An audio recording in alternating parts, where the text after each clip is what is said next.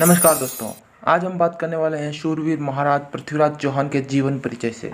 तो वीडियो शुरू करते हैं। इतिहास के पन्ने पलटे तो पृथ्वीराज चौहान के बारे में कई जानकारियां हाथ लगेंगी। पृथ्वीराज चौहान का जन्म 1168 अजमेर के राजा सौम्यक्षपुर चौहान के यहाँ गुजरात में हुआ था। वह बचपन से ही प्रतिभाशाली बालक थे। जब उनके पिता की मृत्यु हुई तो उन्होंने 13 साल की उम्र में अजमेर की राजगढ़ की गद्दी को संभाला। पृथ्वीराज चौहान के बचपन से ही एक कुशल योद्धा थे। उन्होंने युद्ध के अनेक गुण सीखे थे। उन्होंने बाल्यकाल में ही एक योद्धा बनने के सभी गुण सीख लिए थे। बता दें कि पृथ्वीराज के दादा अगम दिल्ली के शासक थे।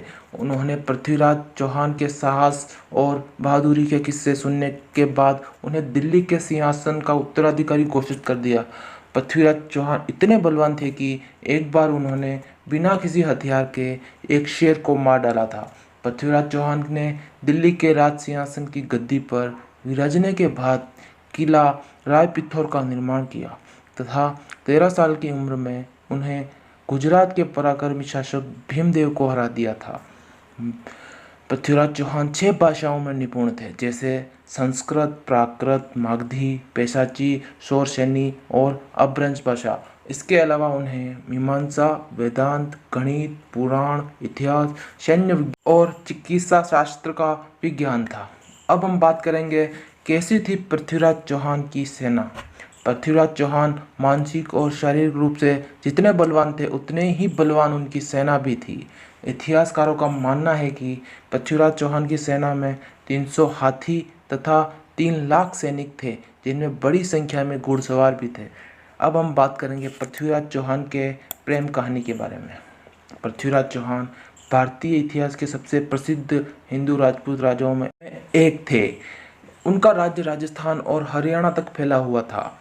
वे बहुत ही साहसी, युद्ध में कला निपुण और अच्छे दिल के राजा थे। साथ ही बचपन से ही तीर कमान और तलवारबाजी के शौकीन थे। पृथ्वीराज चौहान को कन्नौज के राजा जयचंद की पुत्री संयोगिता पसंद आ गई। राजकुमारी संयोगिता से प्रेम होने पर पृथ्वीराज चौहान ने स्वयंवर से ही उठा लिया और गंधर्व विवाह किया, और यह कहानी अपने आप में ही एक मिसाल बन गई। चंद्रवरदाई और पृथ्वीराज चौहान दोनों बचपन के मित्र थे और उस आगे चलकर चंद्रवरदाई एक कवि और लेखक बने, जिन्होंने हिंदी अपभ्रंश में एक महाकाव्य पृथ्वीराज रासो लिखा। आपको बता दें कि प्रथम युद्ध के सन 1191 में मुस्लिम शासक सुल्तान मोहम्मद शहाबुद्दीन गोरी ने एक बार युद्ध करके पृथ्वीराज चौहान को हराना चाहा, पर ऐसा ना हो पाया। पृथ्वीराज चौहान ने 17 बार मोहम्मद गोरी को युद्ध में परास्त किया और दरियादिली देखते हुए कई बार माफ़ कर दिया और छोड़ दिया। 18वीं बार मोहम्मद गोरी ने जयचंद की मदद से पृथ्वीराज चौहान को मात दी और बंदी बनाकर अपने साथ ले गया। पृथ्वीराज चौहान और चंद्रवरदाई दोनों ही बंदी बना लिए गए और सजा के तौर पर पृथ्वीराज की आंखें गर्म सलाखों से फोड़ दी गई। मोहम्मद गोरी ने चंद्रवरदाई के साथ पृथ्वीराज चौहान की आखिरी इच्छा पूछने को कहा। चंद्रवरदाई पृथ्वीराज चौहान के करीब थे। पृथ्वीराज चौहान की शब्दभेदी बाण छोड़ने के गुण भरे पड़े थे। ये जानकर मोहम्मद गोरी तक पहुंचाई गई। इसके बाद उन्हें कला प्रदर्शन के लिए मंजूरी दे दी गई। जहां पर पृथ्वीराज चौहान अपनी कला का प्रदर्शन करने वाले थे, वहीं पर मोहम्मद गोरी भी मौजूद थे। गोरी को मारने की योजना चंद्रवरदाई के साथ मिलकर पृथ्वीराज चौहान ने पहले ही बना ली थी। जैसे ही महफिल शुरू हुई, चंद्रवरदाई ने काव्यात्मक भाषा में एक पंक्ति कही। 4 बास 24 गज, अंगुल अष्ट प्रमाण, ता ऊपर सुल्तान है, मत चूके चौहान। ये दोहा चंद्रवरदाई ने पृथ्वीराज चौहान के संकेत के लिए कहा था। जैसे ही इस दोहे को सुनकर मोहम्मद गोरी ने शाबाश बोला, वैसे ही अपनी दोनों आंखों से अंधे हो चुके पृथ्वीराज चौहान ने गोरी को अपने शब्दभेदी बाण से मार डाला।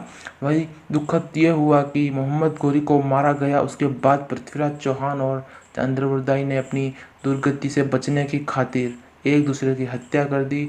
इस तरह पृथ्वीराज ने अपने अपमान का बदला ले लिया। वहीं पृथ्वीराज के मरने की खबर संयोगिता ने सुनी तो उसने भी अपने प्राण त्याग लिए। आज का वीडियो यहीं पर समाप्त करते हैं। इसी तरह के वीडियो देखने के लिए आप हमारे चैनल को सब्सक्राइब कर सकते हैं एवं बेल आइकन को ऑल पर प्रेस कर सकते हैं, जिससे आने वाले हर वीडियो की नोटिफिकेशन आपको सबसे पहले मिले।